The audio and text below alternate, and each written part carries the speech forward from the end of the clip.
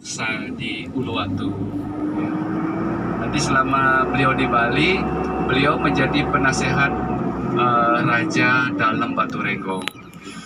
Jadi raja yang merupakan cucunya dari Raja Dalem Sri Kresna Kepakisan yang ditugaskan oleh Majapahit di Bali untuk menjadi raja. Nah, waktu itu beliau membawa keimanan, keyakinan di Bali percaya dengan satu Tuhan yang disebut Ide Sang Hyang Widiwase. Tetapi ajaran yang sudah ada di Bali, yaitu ajaran Trimurti, tetap ada, ya. Tapi ini kemudian beliau lebih percaya kepada kemahakuasaan Tuhan. Tuhan itu satu tunggal. Makanya di Pura beliau membangun yang namanya bangunan Padmasana sebagai singgasananya Tuhan atau Ide Sang Hyang Widiwase.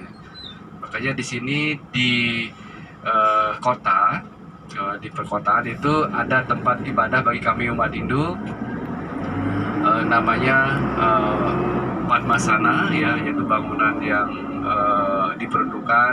Tidak lagi ada perbedaan marga, tidak ada perbedaan marga seorang gusti, anak agung yang merantau di Denpasar. Nah, itulah disatukan dari bangunan fisik Pura Padmasana atau Pura Jagatnata. Ya, mungkin di daerah lain, di kota-kota besar di Indonesia, ya seperti Jakarta, kemungkinan pasti ada Pura Agung Jagatnata, yaitu menyatukan yang ada masyarakat masih ada perbedaan-perbedaan marga. Ya, itulah dapat disatukan dengan keimanan atau serate yang dibawa oleh Pendeta Dangyang Dwi Jendra. Jadi beliau diperkenalkan di Bali itu abad ke 17 Masehi, sekitar 1600 tadi menjadi penasehat Raja Dalem Baturenggong.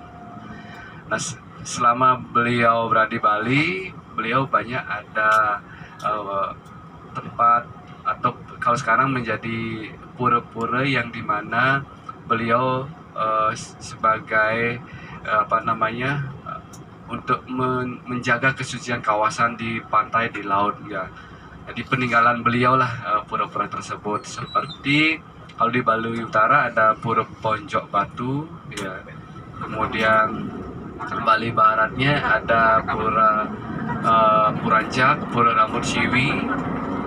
Kalau di daerah Tanah Lot juga termasuk beliau. Di Bandung sini ada Pura Peti Tenget, ya. Di Seminyak itu ada Pura Peti Tenget, ya. Kemudian di Denpasar ada Pura Sakenan, di Gianyar ada Pura Air Jeruk, ya. Nah, jadi puranya yang dibangun itu kebanyakan berada di pinggir pantai, ya.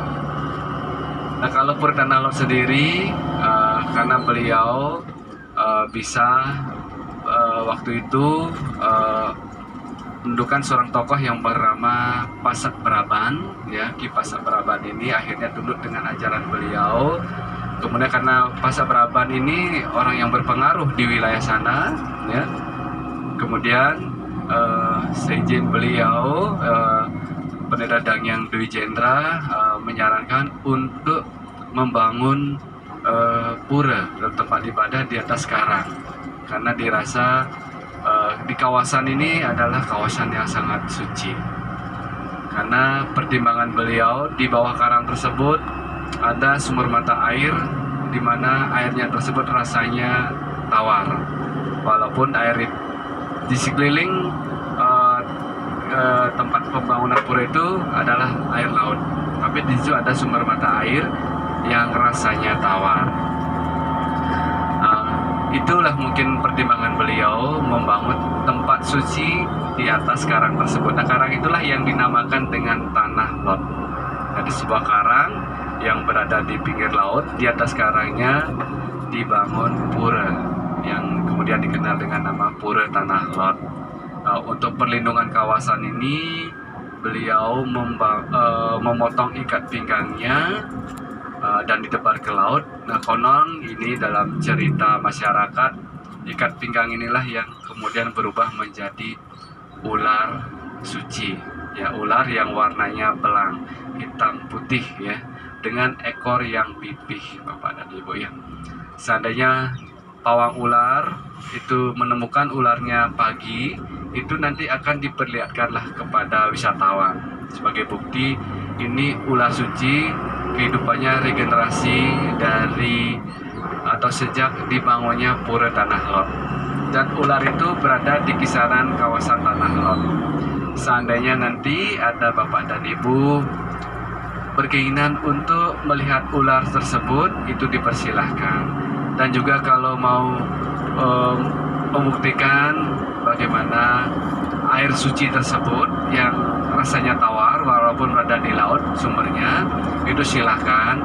Namun di sana ada petugas yang berjaga, itu membantu atau membantu doa. Tapi doa nanti silakan masing-masing lah Ibu sesuai dengan agama dan keyakinannya, asalkan ke sana ke air sumber beji, air sucinya, dan ke ular suci tidak halangan ya, itu boleh. Nanti silakan Bapak Ibu menyerahkan susu tante di situ. Ya, ini wajib nanti menyerahkan susu tante. Apa itu? Sumbangan sukarela tanpa tekanan. Nah, itu susu tante. Sukarela Tanpa tekanan. Ya. Tapi kadang-kadang kalau dilihat itu ada 50.000, contohnya jangan itu dipakai patokan. Ada mau 5.000 silahkan, mau 2.000 silahkan. Tapi benar tawar itu. Iya. Tawar ya. Ya, airnya tawar. Ularnya gigit nggak sih? Ularnya tidak gigit jinak gitu ularnya. Ya bisa nanti saya sentuh ularnya. Tadi dipandu sama pawangnya di sana. Jadi sebagai apa namanya, agar kenapa Tuhan mungkin menciptakan ya ular itu tidak dikasih kaki ya, tujuannya agar tidak menggigit gitu. Bener ya, ular itu tidak dikasih kaki biar tidak menggigit, matuk ya, biar tidak matuk kaki. Makanya kalau Bapak Ibu ada ular yang lewat jangan dikasih kaki ya, berbahaya. Dipatok nanti kakinya. Ular itu tidak dikasih kaki, jangan dikasih tangan ya. Kecuali yang sudah ahli boleh ya dikasih kakinya. Mungkin kalau ibu-ibu berani ya pegang ular kasur. Ibu Lurah berani pegang ular?